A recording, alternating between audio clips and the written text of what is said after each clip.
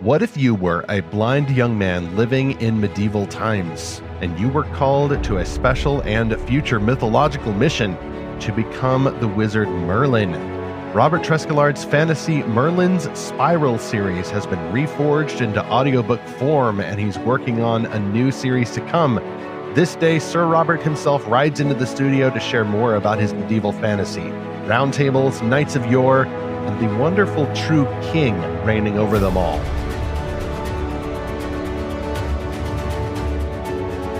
Welcome back to the Castle of Fantastical Truth, the podcast from Lorehaven.com, in which we explore fantastical stories for God's glory. I'm Stephen Burnett, Lorehaven's publisher, co-author of The Pop Culture Parent, and I Would Not Make a Good Knight. And I'm Zackary Russell, and with all the political turmoil our country has been through in recent years, I'm really starting to think that strange women lying in ponds distributing swords is a much better basis for a system of government. And this is episode 147, Why Can Christians Celebrate Stories About Merlin and King Arthur? And we'll be joined by author Robert Treskillard. Author Robert Treskillard. Say that 3 times fast. Yes, we're all familiar with the Monty Python tropes, but I would say today, Zach, let's go to Camelot. 'Tis an earnest place. It can be an earnest place before it is a silly place. And it is a place with a lot of history, mythological significance, and resonance for Christians who want to be in tune with the origins not only of fantastical fiction, but also of Christianity itself. I think that's why Christians are so personally into fantasy.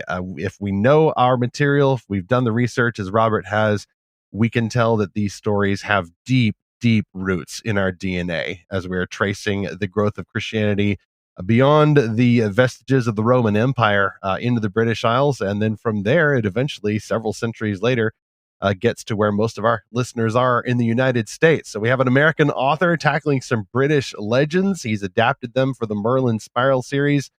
I'm looking forward to interviewing him later about this book, 3 books actually, and then another 3 to come, which is a fact I'd forgotten about. So that's why we do these conversations, to recover a bunch of these facts that have been lost in a stone somewhere and just need to be withdrawn. Yeah, I love that this is a ongoing series that he's in the midst of writing, and then it harkens back to all these legends and all of these different stories we're familiar with, but here's a new spin on it.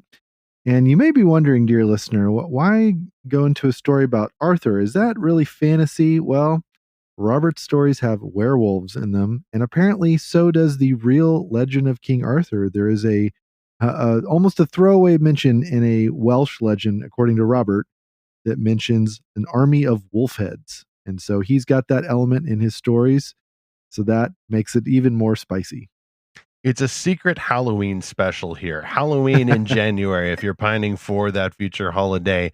Speaking of Arthur, let's go to our first sponsor for this episode, returning champ Sky Turtle Press. It's a new imprint from our sponsor, Oasis Family Media. They are still doing this fundraiser for The Fairy Queen, an old story that's being adapted for a new audience, featuring a rather familiar hero, by the way. This is a new text-faithful prose adaptation. C.S. Lewis remarked about the original, "The Fairy Queen never loses a reader it has once gained. Once you have become an inhabitant of its world, being tired of it is like being tired of London or of life." Welcome to Edmund Spenser's The Fairy Queen, the new text-faithful, line-by-line prose rendering of Spenser's epic poem, introduces new readers to Spenser's enthralling world of monsters, enchanted forests, witches, and brave but fumbling knights. To help readers overcome this struggle, classical educator Rebecca K. Reynolds worked with Elizabethan scholars to produce an annotated rendering which moves from heavy assistance in Book 1 toward more of Spenser's language in Book 6. This week's episode is sponsored by Sky Turtle Press, the publishers of The Fairy Queen, which launched on Kickstarter on January the 16th. And is set for a September 2023 release. You can support the Fairy Queen project on Kickstarter. It's now moved past $116,000. It's probably even higher by the time you listen to this episode. Just go to those links in our show notes for episode 147 for fairyqueen.com, or you can go to lorehaven.com/podcast sponsors for even more links. Robert Treskillard has just arrived at Lorehaven Studios riding a Celtic chariot as in days of yore. He has been crafting stories from his early youth. His author career actually began when Robert's son wanted to learn blacksmithing and sword making. The two of them set out to learn these crafts, and in the process, they were told by a relative that they were descended from a Cornish blacksmith. This lit the fire of Robert's imagination, and so, welding his Celtic research to his love of the legends of King Arthur, he forged new books: the Merlin Spiral series, Merlin's Blade, Merlin's Shadow, and Merlin's Nightmare. All three titles just recently released to audiobook. He's also a software developer, graphic artist, and a veteran homeschool dad. He and his wife have three now grown children and one grandchild, and they live in Missouri near St. Louis. And now he's in the studio brandishing a sword. I swear it wasn't intentional. You can put that back in. That looks spectacular. Yes. So at some point, we'll hear about how that sword figures into the artwork for the Merlin Spiral series. Robert, how did you discover biblical faith and fantastic imagination? I discovered them at the same time, actually, which is kind of crazy. I grew up in a family that was not really into either one of those. No one in my family was a Christian, and I didn't really grow up reading fantastical stories, nothing much more than, say, Dr. Seuss. But when I was in sixth grade, a good friend of mine wanted to try out for a play. It turns out it was The Lion, the Witch, and the Wardrobe. And the director, crazily enough, was a Mr. Lewis. I don't know if there was any connection, but yeah. So I played Fenris Ulf in The Lion, the Witch, and the Wardrobe. Didn't know anything about it. Didn't know anything about C.S. Lewis. But the friend of mine who got me into the play, he was a Christian, and he lent me the book, and he explained that Aslan represented Jesus. And so that was really my first exposure to both biblical truth and fantastic fiction at the same time. So I didn't quite understand what that meant of Aslan being Christ, but it made me think and kind of sowed some seeds in my life. We've heard a lot of our guests talk about discovering these topics both through Narnia at the same time. But I think this is the first story, Stephen, that we've heard where someone discovered this in a play that they acted in. And so I really like that you were part of that production and you became part of that story in a sense. Mm-hmm. And then so that sort of planted that seed for, well, how is Jesus like Aslan? Like, well, what is Aslan like? And then you're seeing Aslan acted out. So what a fun way to discover this all at once. Aslan is indeed at the back of all of these stories. Great to perform in a play, too. You mentioned it was Fenris Ulf. That is the American version of the character originally called Morgrim from the Land of Witch, or Malgrim. That's right. Yes, it's pronounced a little differently, the BBC version. I remember when I saw that BBC version and they called him Malgrim, and I thought, no, y'all changed the name for no reason. Oh, this Hollywood stuff over in the UK. No, that was C.S. Lewis's original word. But in either case, Aslan is called Aslan, and he's at the back of these stories. So what a legacy then. Again, we find that Lewis left, just being faithful. And I like where you said there, Robert, that Aslan represents Jesus. Some people say, oh, he's an allegory for Jesus. No, actually, represent is probably a really great word, because Lewis's word supposal, it can be a little too confusing sometimes. So there are some other ancient mythological characters who, in many cultures, represent Christ in legends, which leads me to my first question proper here. You're the author of the Merlin's Spiral series, and I would just like to ask, we've already heard a little about that in your bio, but what led to your stories exploring Merlin, specifically that blacksmith origin story? After my encounter with The Lion, the Witch, and the Wardrobe and C.S. Lewis, I went on to read Tolkien and The Lord of the Rings. And then in high school, I saw the movie Excalibur. And that was my first exposure to the King Arthur legend. Not necessarily a historical movie in any way, but it definitely caught my imagination at the time. I went to college, got a job, got married, life went on, had kids, didn't necessarily think about these things in great detail. And then one day in the bookstore, I picked up Stephen Lawhead's Song of Albion trilogy and read that. And that is what first opened my eyes to really understanding, maybe for the first time, the power of fiction in terms of what an author could do. And I began to think about the Chronicles of Narnia again and the Lord of the Rings in a different light than just say it through a childhood lens.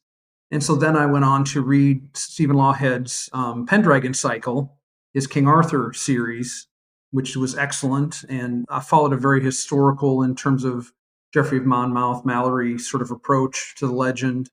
But that kind of planted a seed of wanting to write fiction. Also, Frank Peretti's novels as well kind of did the same thing in terms of spiritual warfare and seeing that. And so when I first got the bug to begin writing, it actually wasn't anything about King Arthur. In fact, I've not written what I originally kind of thought about writing. And I thought at the time, well, that'd be a little too hard for me to write. I don't know if I'm ready for this. I don't know how to write. I've never done this before. And so I just kind of shelved that. And then one night I was just laying in bed. My son had started the whole blacksmithing thing. He was 9 years old at the time, and so I bought him a anvil mail order. Never mail order an anvil; they're kind of heavy. And I built you a can get anything from Amazon these days. Yeah, and we started banging metal and heating up metal and just kind of learning to craft and mess around. We bought a lot of books about blacksmithing, and then my sister let me know that my mother's maiden name was Angove, which in Cornish is Angof, or the smith, the blacksmith. So somewhere in our distant past, we're descended from a Cornish blacksmith from Cornwall, England. And so anyway, one night I was laying in bed thinking about the King Arthur legends, and I don't know why I was thinking about them. And I was just pondering the sword and the stone legend. So we've got a sword that's sticking in a stone, and it didn't make sense to me. I was just going, why would somebody stick a sword in a stone? Back then, swords were very expensive. Metal was very expensive, which is why spears were plentiful, because they didn't take a lot of metal. Okay, wood was cheap, metal was expensive, and so a sword, a full-length sword, was hard to make, expensive. Why would you chance damaging it, driving it into a stone? How did it get there? Didn't make any sense. And I was just laying there in bed, and I wasn't going, well, what if the stone was alive somehow? What if you were trying to kill it? That kind of piqued my curiosity. Well, then you might hammer a sword into a stone. And there's also these other legends. The legends are kind of confused. It's either the sword and the stone, or some legends have the sword in an anvil, or in an anvil and then into a stone, or into a stone and then into an anvil. Somehow an anvil's connected with this as well, but this legend in kind of a curious way. That piqued my curiosity about the sword and the stone, and from that, the stories kind of wrote themselves from there. And I kind of merged that with the whole Cornish blacksmith and the forging of Excalibur. And I chose a place in Britain, an actual location, which was a little village that you can find on the Ordnance Survey maps, just south of Dozemary Pool, which is one of the legendary places where Excalibur was thrown back to the Lady of the Lake. And then you look in the area and you find that there's a druidic circle of stones nearby. And then you find out that the name of Bodmin Moor used to be Bosvenna Moor, which meant the dwelling place of monks. So you've got Christians, you've got druids, you've got this lake where the Lady of the Lake is, you've got this ancient village on this mountainside. And then up the mountain, when you look in the survey maps, you can see the faint outline of an old Roman fortress. So you've got this old fortress on this hill, and the story, kind of the geography helped write the story as well. And that's kind of where it all began. You said at the beginning that the Stephen Lawhead series, which it's fun to hear about that because that's been in the news recently. They're going to be creating a streaming series based on that at the Daily Wire. But you said that really opened your eyes to what fantasy can do. So what were some of your first thoughts about that? Like, what do you mean by that? Like, about what fantasy can do? As I researched more, I began to be able to articulate that a little more, because my early thoughts were a little muddled, I'm sure. But it comes down to, and I think this is a quote from Lewis. So sometimes Lewis and Tolkien's thoughts get a little muddled in my brain, but I think this was Lewis, where he speaks about stories being able to get past our watchful dragons. And by that, he means that you can communicate truth to people that they would normally put up their guard against and not want to listen to you. But you can communicate truth, and it can slip in deeper than it would have if you were trying to use some intellectual argument by telling a story, which harkens back to Jesus telling parables.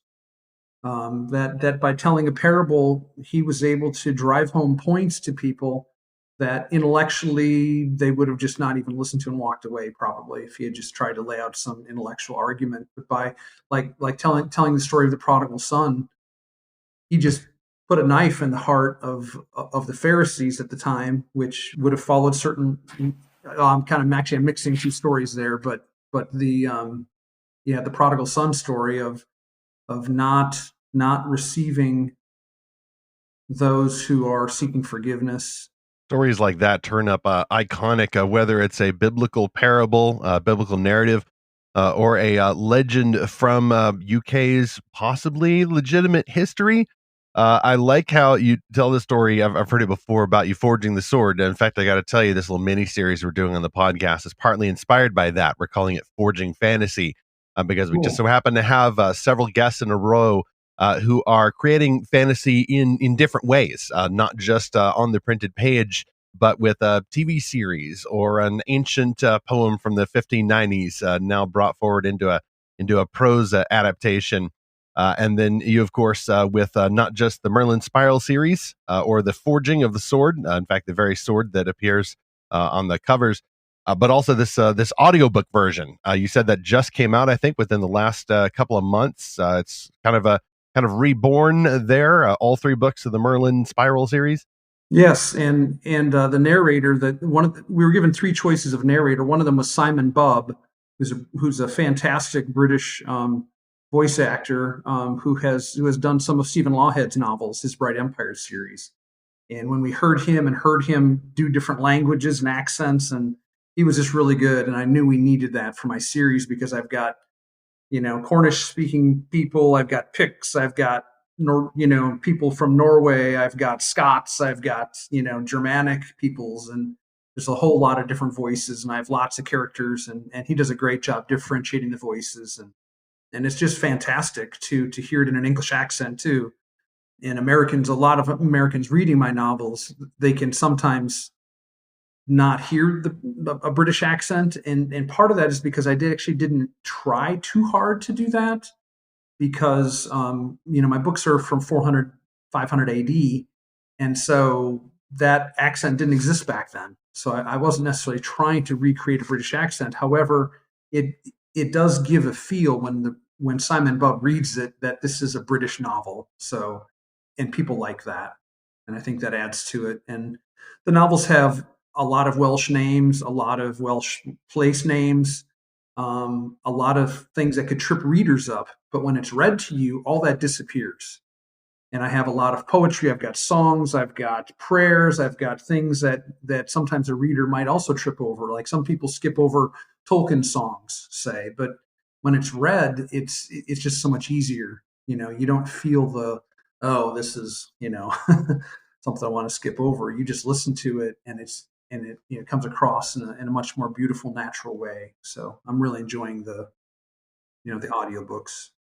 I think that's especially valuable for the Welsh names. As you mentioned, there was a joke a little while back about the longest Welsh city name, and maybe it's the longest name in the world, and I'm not even going to try it. It's like starts with LL something, and there's this viral video of the weatherman like pronouncing it perfectly, and it's probably like 28 syllables or something. But supercalifragilisticexpialidocious, with more apostrophes thrown in the middle of it. Yeah, and a lot of different phonetic sounds in there too, like and there's it's very different language, and that actually was a challenge in researching my novels. But at the same time I began writing, my oldest daughter began writing, and she started learning Gaelic and Welsh, and so she actually was able to help me and assist me in the writing process, and because of that, and she actually added a lot of historical details to the novels as well through her own research. So that was kind of a neat thing. We'll, of course, have all of those links to the Merlin Spiral series, the original print books, as well as the new audiobooks in our show notes for this episode. Arthurian legends and all of those fantasy tropes have informed so many newer stories ever since they started back in the medieval times, including our second sponsor for this episode, the Catrosi Revolution series from author Jamie Foley. This epic fantasy series starts with Emberhawk, but Book 2, Silverblood, won the General Fantasy Award at the Realmmakers Conference last July 2022. If you enjoy the political intrigue of Game of Thrones or Lord of the Rings, but with an emphasis on deep characters and romance throughout the adventure, this is the series for you. Imagine what the American Revolution would have been like if the native tribes had allied with the settlers to fight off the British. Except the natives can manipulate light and sound with magic, and the Queen of England is a water elemental who fancies herself a goddess. Book 1, Emberhawk, is available now in hardcover, paperback, audiobook, and every ebook format at emberhawk.com. That's Book 1 of the Catrosi Revolution series, continuing with Book 2, Silverblood.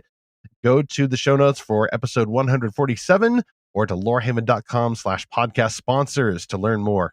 Robert, I want to move then to chapter 2 of our discussion, just about the King Arthur and Knights of the Round Table legends before you got to them. For many folks, I think this has turned into the realm of parody. These legends, these tales have been around for so long that then you get Monty Python and the Search for the Holy Grail kind of sending up the whole Camelot myth. Of course, there was that, I think it was a Broadway musical at the time that they were spoofing. It also got compared to the Kennedy family back then in the 1960s. So this is parody for some people. It's also an opportunity for modernization for others. When we last heard from you on our predecessor website, you are reviewing the 2017 movie by Guy Ritchie, King Arthur, Legend of the Sword. Very basic title there. Few remember this. It did not do very well. Who is the actor there? It was Charlie Hunnam, I think, playing Yes. Arthur. Yep. And a very modernish version. Like the clothing looked modern. They were doing something artistic with it. And apparently a lot of folks didn't get it. You saw it. I think you liked it better than some, but you've also mentioned Excalibur and some of these more formative stories. Is King Arthur hard to get right in a movie, or the King Arthur legends like Merlin and Lancelot and all of them? It's very hard, partially because of all the parodies that are out there. Even the movie Excalibur, in a way, kind of throws things off from what might be a true historical King Arthur. This is King Arthur dates back to not the Middle Ages, but the post-Roman era. Rome had just left Britain. Britain was left vulnerable. The Saxons come in and invade. They want to take over. And one of the problems is that we don't have a lot of his history, of true history of what actually happened.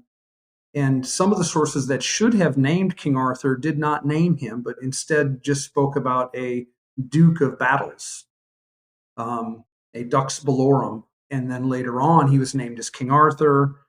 And so there's a major question of whether King Arthur is even historical. So the lack of real detail sources from the actual time period make it difficult for people to get right. And so people end up with, one form of parody or another, whether they're even trying to or not.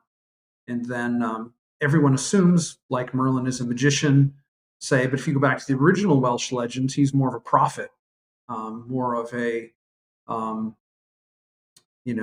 bard and a prophet than he is a wizard in the modern sense of a Disney wizard, say. So Merlin may not have worn the pointy hat and carried a staff. That's Gandalf, but Gandalf may have been based on some of these archetypes. Zach mentioned earlier that Daily Wire Plus says they're adapting Stephen Lawhead's The Pendragon Cycle into a streaming series, a streaming I am movie. really excited about that. Don't know. Okay, I wonder if you've heard anything about that, because when they announced it, it was late last year. It was the CEO. And just for the folks who are not familiar with the company, or maybe they are very familiar, it is a conservative pundit company. They do news and commentary from a particular social political perspective, fairly described as being on the right. And some of them can get kind of rowdy on their podcast, and I enjoy some of those. But it makes you wonder then, like, is this a good match to do a King Arthur movie? But Jeremy Boring, the CEO of the company, apparently has a strong personal love for Lawhead's series, similar to what you've described. In my opinion, he mentioned that they were going to do an Ayn Rand thing, if you're into that sort of thing. But then when he really wanted to talk about it, seemed to me, was the Stephen R. Lawhead series. And by the way, he recently had a video talking about this whole thing with another pundit who was accusing them of stuff. And you could see on the CEO's desk copies of the Pendragon books. So why did you enjoy those, Robert? And why are you interested in what they'll do, turning that into a series, whether or not it's this year, like they said it might be? Well, that was my first, Stephen Lawhead's novels were my first exposure to a more historical Arthur based in the post-Roman Britain era. And when I first started reading them, I was shocked to find that out, that when it was taking place, around 500 AD, because I expected it to be like 1500 or 1200 AD or something like this. And so Lawhead takes a very historical approach, mixing in, but he's mixing in legends of Atlantis. He's mixing in Welsh legends, and he's kind of bringing everything together in a very fascinating way. And the books are just amazing, and they opened my eyes. And when I began writing, it was actually, I had to avoid following a lot of the typical stories because I didn't want to copy Lawhead. I couldn't copy him. I had to create my own legends, my own version of the tales. And so because of that, if you read my novels, you'll find they're vastly different from Lawhead's. There's obviously some similarities, but I've taken a very different path with the legends and had a little more fun, a little more creativity. I haven't followed Geoffrey of Monmouth or Sir Thomas Malory as closely, but I've still kept things very historical, and I still mix in fantastic things and different legends, and I give a lot of nods to different parts of the legend. Well, I recently finished reading C.S. Lewis's That Hideous Strength, the third book in the Ransom trilogy, Space trilogy, depending potato, Awesome. how you want to say it. There's the surprise sequel to both the Merlin Spiral series and the Pendragon Cycle series, the unsanctioned sequel by C.S. Lewis. Yeah, and I went into it expecting a straight sci-fi, and I understood from some chatter about it that this is about a technocratic society trying to take over civilization, remake it in the image of a very godless kind of man. And and by the way, there's some spiritual warfare involved. And by the way, Merlin shows up. Yeah. Spoiler alert. Yeah, and so I was discussing this book with some friends, and we're like, is this even sci-fi? Or is it science fantasy, or is it just fantasy? Like, what is this? And so, and I was really surprised by the way Merlin acts in this book. And I won't give, I could say spoiler alert, but the book's been around for long enough now. You're nodding your head like, have you read this book? What did you think of Merlin in that book? C.S. Lewis is bringing Merlin into That Hideous Strength is a fun, kind of an amazing thing that he did, and a nod to Britain's history. And also, the King Arthur legends always have the phrase, the once and future king. Well, Merlin has to be there too. So, for Lewis to bring Merlin into the modern era was a fun thing. Lawhead actually did that in one of his later novels as well, where he jumps into the present day and has Merlin is still alive. He's an old man now, but he's still alive from the original series, and he puts a new Arthur on the throne of Britain, and kind of does that in kind of an amazing way. It was a fun novel, creative. So in Lewis's spirit and in Lawhead's spirit in that novel, it's one of the cool things about King Arthur and these legends is that they're not copyrighted. No one can write Harry Potter novels without being taken to court, but you can sure do that with King Arthur and Merlin, and you can have some fun with those legends. So, yeah, my favorite part of Merlin coming into the 20th century in Lewis's book is that he's with these group of people, and he's like, "Wow, I slept like a king, but then I had to dress myself like a peasant." And there's hot water and there's electricity, and it all seems like so magical, and you have these plates that are just amazing, pristine, but then you have this horrible, horrid food that you're putting on them. And so just like the contrast that he sees of modern life and how it seems so magical but so ordinary to everyone, that was really interesting. And it just kind of gives you that different lens to look at the 20th century life. I really need to go back and reread That Hideous Strength of Lewis's works. I think it's the one that I've only read once. I've reread the first two books of the Ransom trilogy several times, but That Hideous Strength just kind of escaped me. Maybe I was expecting a book set on another world, but there's a lot of relevant ideas there, and particularly this collision that Lewis forces between pre-Christian Europe. Merlin is kind of this pagan figure, but hey, it's at least closer to Christianity than the nasty secularism that the folks are confronting in That Hideous Strength. Robert, I'm curious. We haven't gone over specifically like the plot of the Merlin Spiral series. I'm wondering if you could just recap how Merlin's Blade starts out, and then let us know that if it's possible for us to squint and make that series in continuity with anything by Lawhead or some of these other Arthurian adaptations.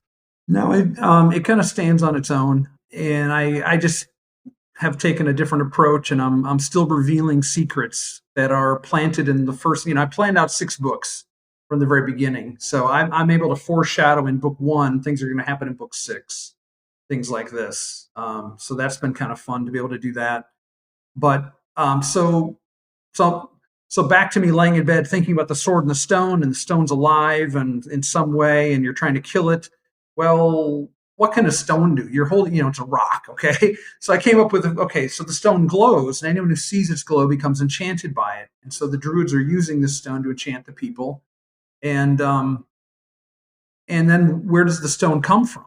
Well, in researching this little area, this Dosemary Pool, which is where the Lady of the Lake is, it turns out that there's actually an ancient Cornish poem about this lake. It basically about its uniqueness.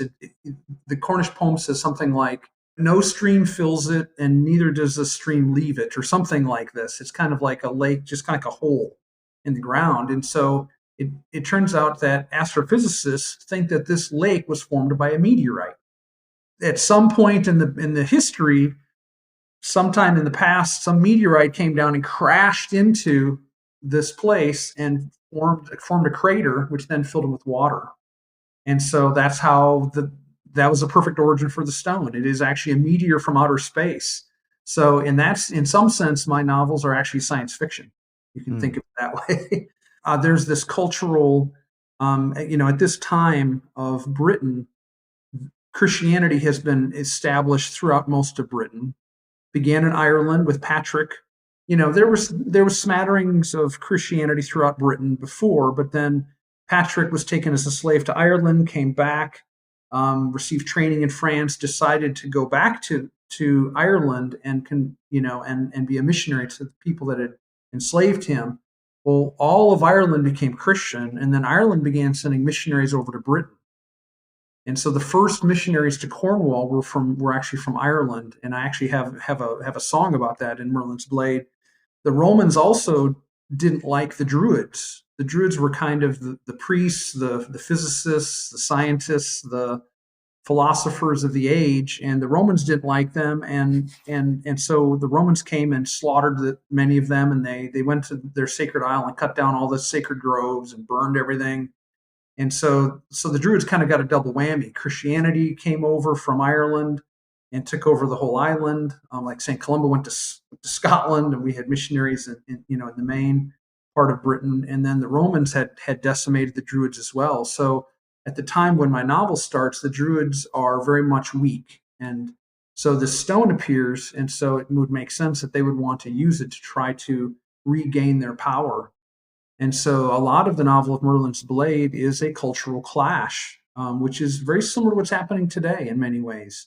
There's a major cultural clash going on. And so readers can find, even though this is ancient, readers can still find some similarities to the modern day. And I think that's one of the power of fiction that we were talking about, is that you can find courage through reading fiction. One of the things that I tried to do was to make Merlin a normal human, to make him have disabilities, and so and doubts and fears like anyone, and so that people could relate to him. I didn't want him to be a superhero.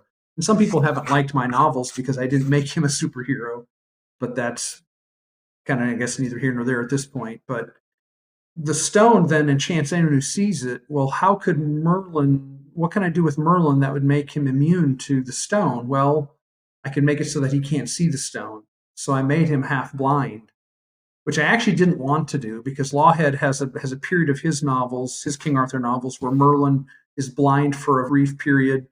And it's a little not really explained well why he goes blind or explained well how he gets his sight back. And it doesn't have a major impact on the novels. But I wanted to avoid it because of that. But my story just called for it, that Merlin's greatest weakness could become his greatest strength, and that he was the only one in this village who was immune to the enchantment of the stone because he couldn't see it. The High King comes to the village, just trying to he's trying to check out the beacon, which is on the hill fort. They had beacons in Cornwall, very similar to Lord of the Rings, where they had the beacons on the mountaintops. The Romans had the same kind of system across Britain. So he's coming to recruit men. He's coming to check out the beacon, and he's coming to visit Gorlos on modern day Tintagel.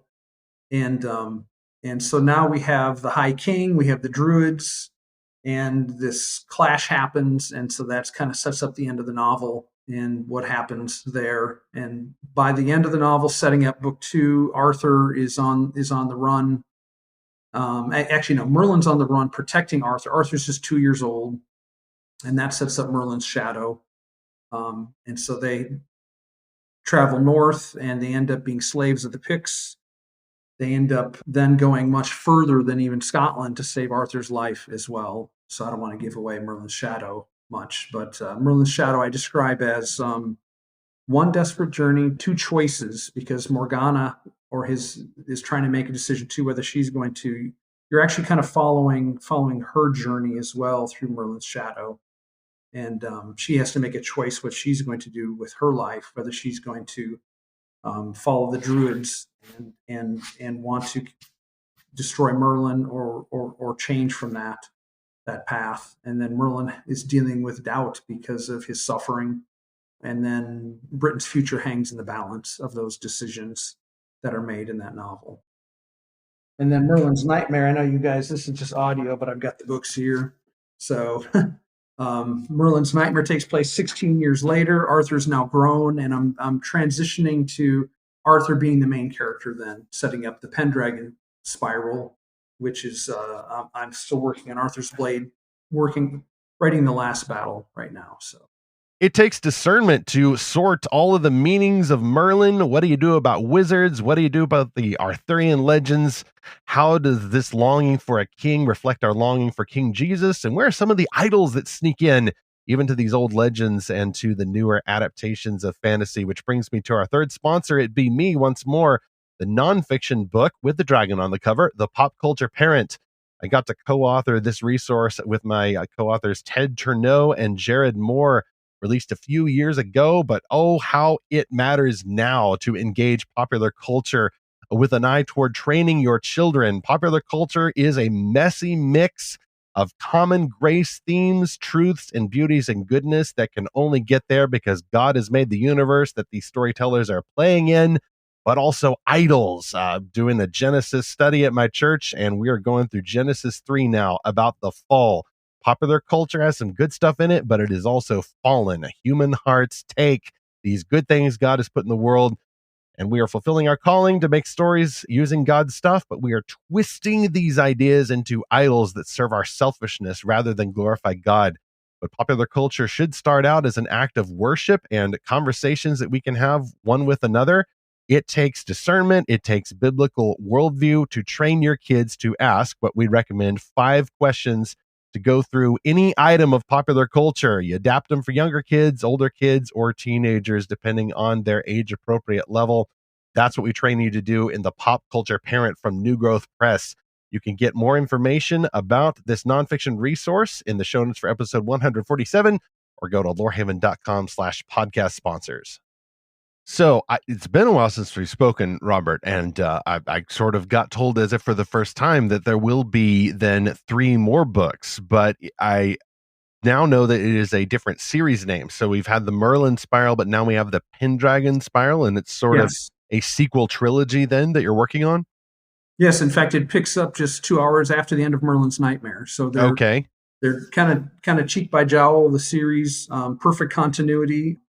And again, I don't want to give anything away, but the Pendragon spiral is from Arthur's perspective, which was actually hard to transition away from Merlin. I mean, he's still involved in everything, but you're not in his head very much compared to Arthur.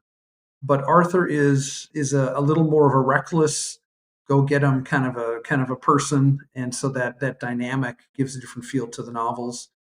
But I had to decide at the very beginning of the Pendragon Spiral, what is this? What is this 3-book series? And I came down to that it's ultimately a love story between Arthur and Guinevere. There's all the action of as much as in the Merlin Spiral, but I begin with their relationship and I will end with their relationship, in the novels, and it will play a major role throughout all 3 novels. So we've got werewolves and dragons and everything else mixed in, and Morgana, and major battles with the Saxons, and the Picts coming in, and we've got Excalibur. What's going on with there? We have the quest for the Holy Grail in book 5. A lot of amazing things, but I had to ask that question ultimately when it comes down to what is the arc, what is the beginning, and what is the end. And I did something very unique with Guinevere. Guinevere has all sorts of as many interpretations as Merlin or Arthur has, but I chose to make Guinevere and her sister and father and brother the equivalent of gypsies. So they are descended from the first peoples that would have inhabited Britain before the British or the Celtic peoples came. And so they speak a different language, they have a different culture, they have different values. And so this cultural clash between Arthur and Guinevere creates a lot of interest in their relationship, and a lot of differences. Think of have you ever heard of the Travelers, the Irish Travelers? It's modern gypsies in the modern world. They're actually in America even, and they have their own culture, they have their own language, they travel around in cars. You can think of it like the modern travelers back in those times. I call them walkers. So Guinevere is a walker, and her father is a giant. He's a very big, not a literal giant, but he's a very big man. And there's a legend of Guinevere being the daughter of Gogurfan Gower, who was a giant who Arthur had to fight. And so I kind of bring Gogurfan into the legend, and also Guinevere's sister, Guinevere. A lot of people don't know what Guinevere means. Gwenna would mean white or fair, and Veer means greater. Guinevere is basically fair or white, the lesser. So you have Gwenny the greater and Gwenny the lesser. You have 2 sisters. And so I include Guinevere in the legend as well, and that will bring a lot of interest into the storyline. Taking us to school here, Robert. So a giant like a Nephilim, because no Nephilim, no more. No, please. I'd rather talk about the Arthurian legends, which have more specific relation to Christianity. It's just a genre preference there. But in your case, Robert, the books are already being written for the next series, the Pendragon Spiral.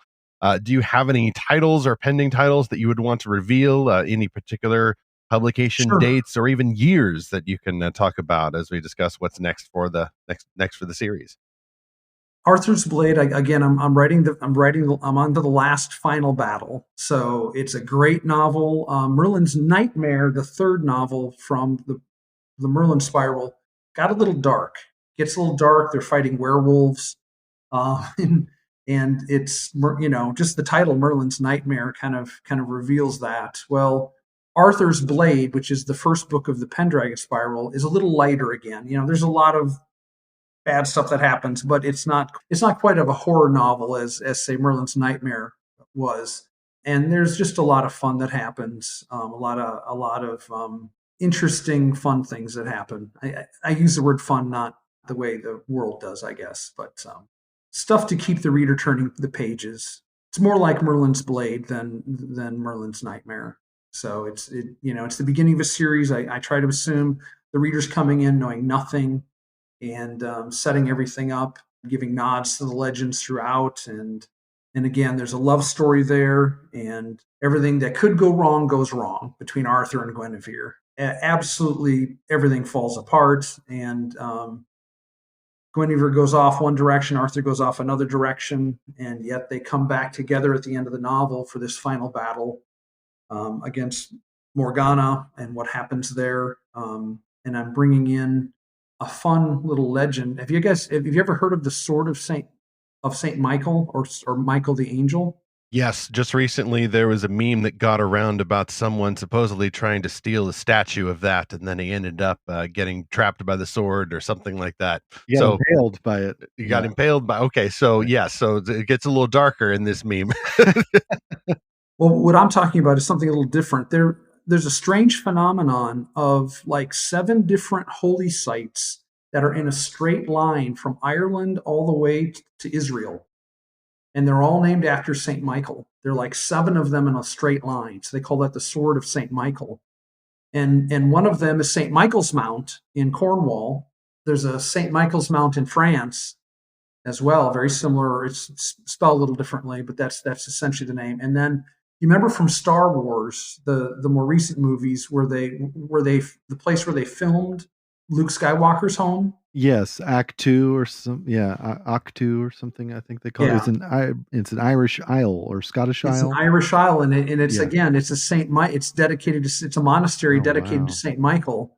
Fascinating. That's another one, and then there's these other ones all the way to the Middle East. So it's kind of a fascinating thing. I'm actually bringing that legend into the story as well, because the final battle takes place in Saint Michael's Mount in Cornwall. Okay, so some thematic, mythological referencing there. Do you have a release year, month, date for Arthur's Blade? Arthur's Blade should be released this year by the end of the year. Okay, 2023. Okay, all right. We'll not necessarily hold you to that, but we will be on the lookout for that. But I'm close enough where I think that's reality. Book 5 is going to be called Pendragon's Blood. My first use of the actual word Pendragon. Okay. Well, I love that this series, like you said, this is for someone that doesn't know anything about the Arthur legends, goes into it not knowing anything, and it's a great introduction and a way to get into the legend.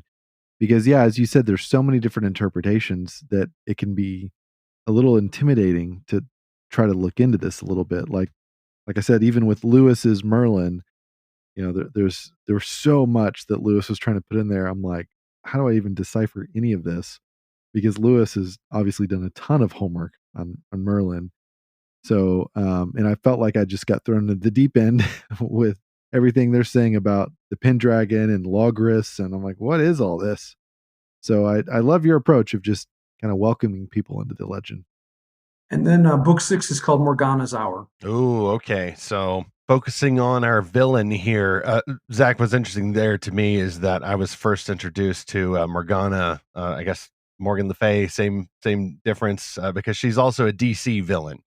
She has literally also fought the Justice League in the animated series. So you get the comics, you get the modern stories, borrowing liberally from these legends. And once you see these archetypes and these specific historical characters popping up in other people's appropriations, you can't unsee them. In fact, actually, Zack Snyder was deeply influenced by the movie Excalibur. He actually has it cameo at the beginning of Batman v Superman. It's the new movie that Bruce Wayne went to see before his parents were killed. So everybody loves their take on that. So we got titles for all 3 books of the Pendragon Spiral series. Not necessarily dates, but where can people follow you, Robert, then to track your writing progress, your research about these things, and get any more information as these release dates draw nigh? The best place is my blog, which is epictales.org. Epictales.org. Of course, all those links in the show notes. I'm looking forward to this, especially with the audiobook. I've set some aggressive reading goals via audiobook and print books for this year, long before the New Year's Day. So it's not got that New Year's resolution stigma attached. And so far, I've managed to clear several of those several of those goals. So I'm going to try to get the Merlin Spiral series, the audiobooks, worked into those reading goals too. Perhaps we'll have one of those featured in the Lorehaven Guild book quest sometime. It sounds like a perfect introduction to these legends that are so fundamental to Christendom as well. I think that's one reason why we see Christians resonating so much with these, because this is our history, not just the history of the church, but the history of fantastical stories. It's all tied in once you get into the spread of Christianity in the British Isles, and all of these druid legends and these mythological creatures that get mixed in. This is in our DNA as the capital C church. And you see Merlin, kind of a type of a forerunner, maybe like a Melchizedek type figure. You get Arthur as a type of Christ. Everybody likes finding these reflections of King Jesus in the once and future king, as well as the previous king, King David, as well as all these other Old Testament kings. Anything you like about a king points to Jesus. Anything you don't like about a king points to sinful man.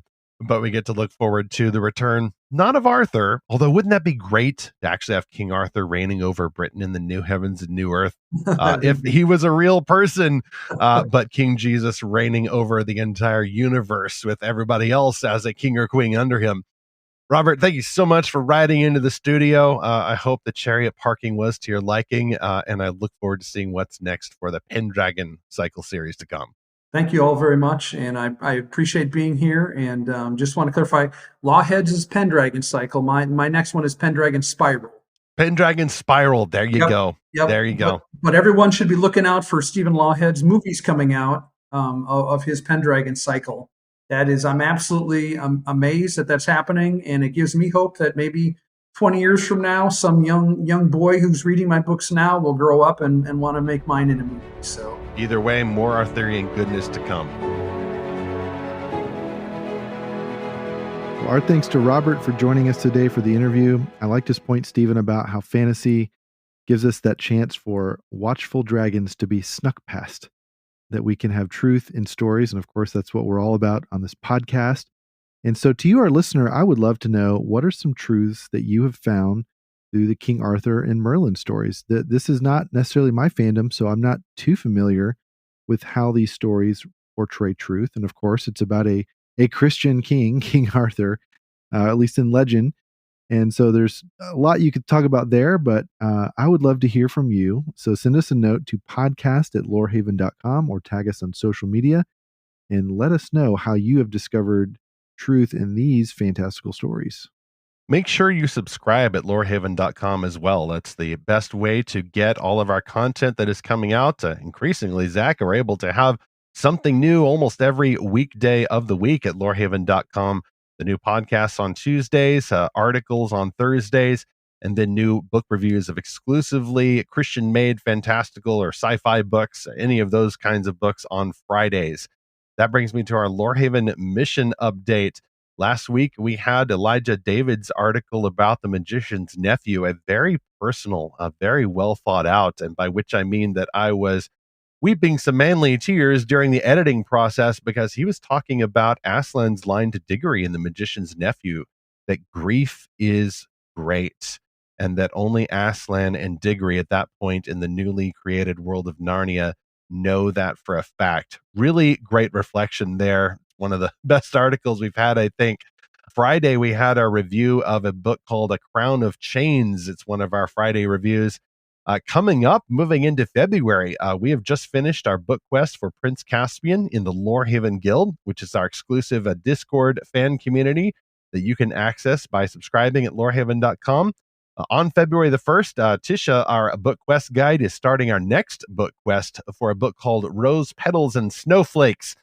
Very seasonal selection there. It is a combination Jane Austen-like story with a fairy tale retelling. You can get more information, all these links in our show notes for the Lorehaven Guild book quests. Also on February the 1st, registration is opening for those of you who want to make fantasy, not just read it. Registration is opening for the Realm Makers 2023 conference in St. Louis. You'll be hearing more about that during a sponsored segment coming up here on the show. But we also will have the news there at the website, hopefully on that date, Wednesday, February the 1st. After that, we've got a new article. Jenith Dyke, who's been doing a lot of the awesome imagery for our social media pages. Turns out she can write a great article too. So her debut at Lorehaven is going to be about the authentic diversity in The Chosen, but how it acts quite a little different than some of our expectations about diversity and inclusion in TV shows. And of course, we're Chosen fans here largely, and we're going to have a positive take on that. A little bit more about that coming up. And then on Friday, February the 3rd, we have a review of a military sci-fi novel called Into the Darkness by Charles Hack. Always love seeing some military sci-fi soldiers in space over in the review space at Lorehaven. Hey, speaking of space travel, our comm station's lit up over here. Let's go over and see some of the notes that we got in. Yeah, so in response to Josiah's article, How Christians Can Discern Jesus' Adaptations in The Chosen and Other Stories, Cole Powell left a comment that said, quote, "Although I haven't yet finished season 1 of The Chosen, I find this article a reasonable, well-articulated perspective on the issue of biblical fiction in general. Thanks for posting," end quote. Yeah, I really love Josiah's article, Stephen. I totally agree with this comment. I like how Josiah brought in, the biggest controversy I think so far is Jesus not healing James. And I think it's a great portrayal of what the verse Josiah linked to, 2 Corinthians 12, 7 through 10, where Paul talks about a thorn in his flesh that he asked Jesus to remove, and Jesus did not, and said, "My grace is sufficient for you." So I think that is exactly what was being portrayed in the episode. And man, that is a difficult truth. And I think more than anything, fans are wrestling with the scene because we're wrestling with the issue of not being healed or delayed healing or things happening and not our timing. That is a very hard struggle. My sympathies for everyone that is waiting on a healing. But I think that the episode handled it with care, as well as anyone could in a supposal of what Jesus would do. Helen Roth also remarked on that article, "Really grateful for this post, Josiah. Put into words what I couldn't put together in my brain. I also can't join the discussion because I'm not a watcher yet, but it's still good to have this information." And a little later she wrote, "It's not really my type of show at all, but I've been convinced I must try it anyway, so it's on my list." You know, it's funny. I'm actually a big fan of biblical fiction done right. There's a few movies that have gotten it right, like Risen, kind of an informal sequel before they made the actual sequel to The Passion of the Christ that deals with the Roman soldier investigating the disappearance of Jesus' body. Passion of the Christ is pretty good, but, watch it once and then that's enough times, I think. And of course, it's very Catholic, so it calls for some discernment by those of us who build our churches on the other side of the Tiber. But I would say that The Chosen is one of the best biblical fiction series for several reasons. But among those, Zach, what you just mentioned is they have a serious view of their responsibility. And we may talk about this more in our next episode, hint, hint. But I'm now perfectly fine with that scene with the character of little James. Of course, it's not mentioned in the Gospels of whether any of the disciples themselves got healing for a physical disability or some other condition. Could it have happened, though? It's absolutely within the realm of plausibility. As Jenith points out in her article, there's more going on there because the actor who plays little James has a condition that needed to be addressed in universe. And yet I think it is biblical then for Jesus to look at someone and say, "I could heal you, but wouldn't it be better right now if I didn't? Wouldn't this not bring more glory to God?" That fits with what we know of the biblical Jesus, where he said, yes, this man was born blind, not because someone sinned, but in order to bring glory to the Father. Similarly, the disciples and others are asking Jesus, "Aren't you going to go and heal Lazarus?" And Jesus intentionally delays. And that is so mean. Why would Jesus do that? Is he not a savior of love? Well, love can take many different forms based on the story that our divine author has for us. And I think if you're watching The Chosen, you're seeing these healings brought to life more so than even reading about them in the true Gospels in the Bible. That can awaken a lot of feelings. Man, I really wish Jesus was here now. I really wish I could get healed. I really wish my relative, my friend, my husband or wife could have been healed. Why didn't Jesus heal? Is he not still healing? And then you see this fictional version of Jesus kind of help to address that. And it's just, I think it's a great way to be responsible with some of the longings that a very well done presentation like that can bring up in us. And then it needs to be answered biblically, like you said, with the thorn of the flesh or with a fictional portrayal like that. I think this is a great discussion that Christians are having, because it's really forcing us to go to the scriptures and say, is this biblically faithful? What does the scripture say about this? And Josiah mentions, like, let's be like the Bereans and go to that. I think let's assume good faith on the part of the filmmakers. There's enough that they have put out there that I trust them, that they are being careful and faithful. But Dallas Jenkins said on another podcast that, look, some of these issues people have been wrestling with for 2,000 years. So this is my take on it through a television show. But we can all give our take on this in debate. I think what pains me, Stephen, is that Dallas and others on the show are just being tossed out, and just being completely written off as though they don't care about the scripture. And I think that's a really lazy way to critique.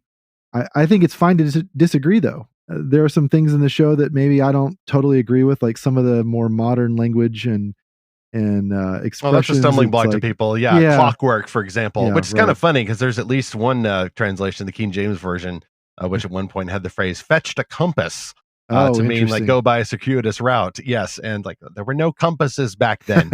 Translation is always going to insert some modern terms, and that can just make people stumble artistically, even if not spiritually.